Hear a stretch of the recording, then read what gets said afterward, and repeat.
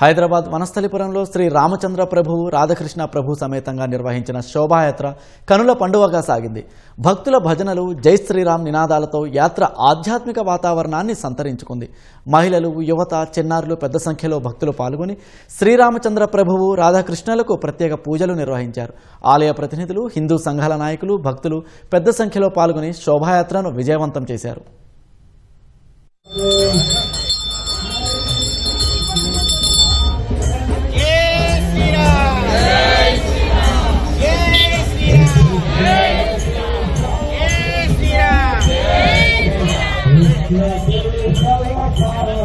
Govinda Jai Sriram Jai Sriram.